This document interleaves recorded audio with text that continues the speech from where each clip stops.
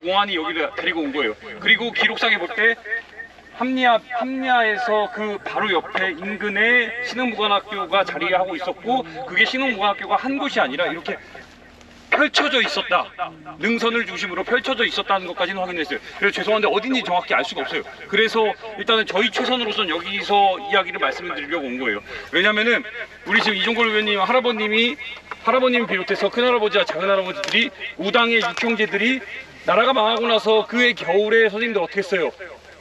어떻게 했어요? 모든 가산을 정리해서 어디로 올라온 거예요? 이곳으로 온 거예요. 근데 처음부터 여기로 온 게 아니에요. 어디로 왔어? 여기는 선생님들 실질적으로 두 번째 장소였어요. 원래는 추가가라는 곳에 갔어요. 추씨 사람들이 살고 있는 그 마을에 들어가가지고 자리를 잡았던 거예요. 근데 문제는 뭐냐면은 우리가 이제 처음부터, 근데 중국인들이 우리 엄청나게 경계를 했어요. 그래서 청년들 처음부터 독립군들 양성하고 처음부터 이곳에서 새로운 기지를 만들고 새로운 정부를 만들어서 정말 이제 독립군을 양성하겠다는 큰 뜻을 품고 시작을 한 거예요. 그래서 추씨 마을에 자리를 잡았어. 그게 추가가예요. 추가가인데 문제는 그 추가가 사람들이 한국인들을 굉장히 경계를 했어요. 심지어 우리 일본 밀정이라고 얘기를 했어요. 그러니까 뭘 했냐? 땅을 안 팔아. 우리가 기본적으로 무관학기로 세우든 뭘 하든 땅을 안 팔아. 땅을 안 파는 거예요. 근데 문제는 땅만 안 파는 게 아니라 선생님들 뭐도 안 팔아요? 쌀도 안 팔아. 쌀도 안 팔아. 돈이 있는데 쌀을 안 팔아. 먹고 살 수가 없는 거예요. 그래서 이종걸 의원의 할아버님이 어떻게 했어요?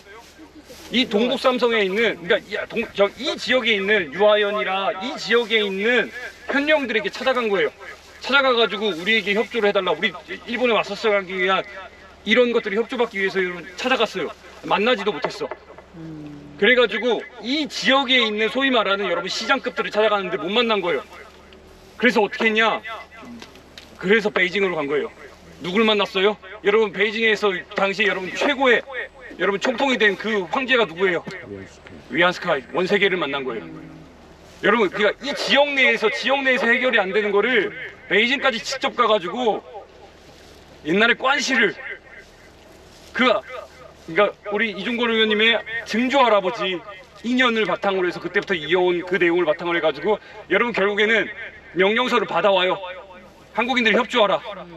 근데 추가가에서 그렇게 해가지고 여러분 이 말도 안 되는 거를 행한 거예요. 여러분 지역에서 시장들도 만나지 못했던 거를 중국의 당시에 황제까지 올랐던, 그러니까 가장 지도자급이 올랐던 그 사람 원세계를 만나고 와가지고 여러분 협조 문서를 받아온 거예요.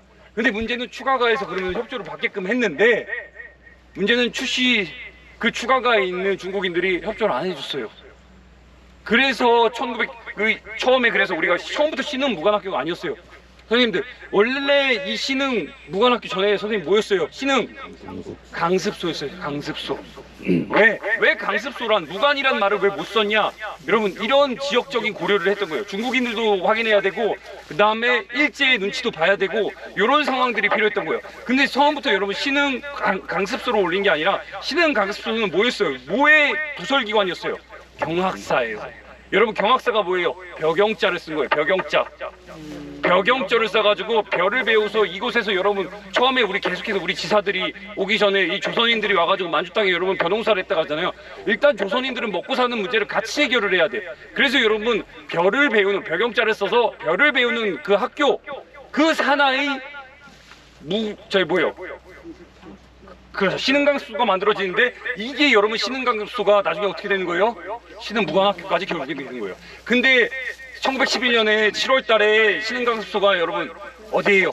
추가가에서 결국에 만들어지긴 해요. 왜? 옥수수 컨테이너 같은 거를 여러분 빌려가지고 옥수수 저장고를 빌려서 선생님이 시작을 합니다.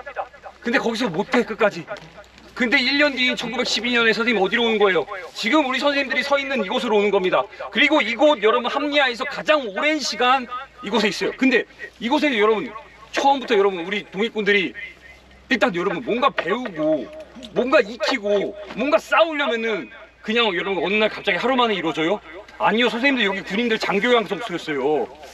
짧게는 6개월, 길게는 여러분 4년씩 여기서 공부를 하고 했던 거예요. 왜 그 사람들에게 여러분 독립군 되겠다는 사람들에게 여러분 돈 받았을 것 같아요?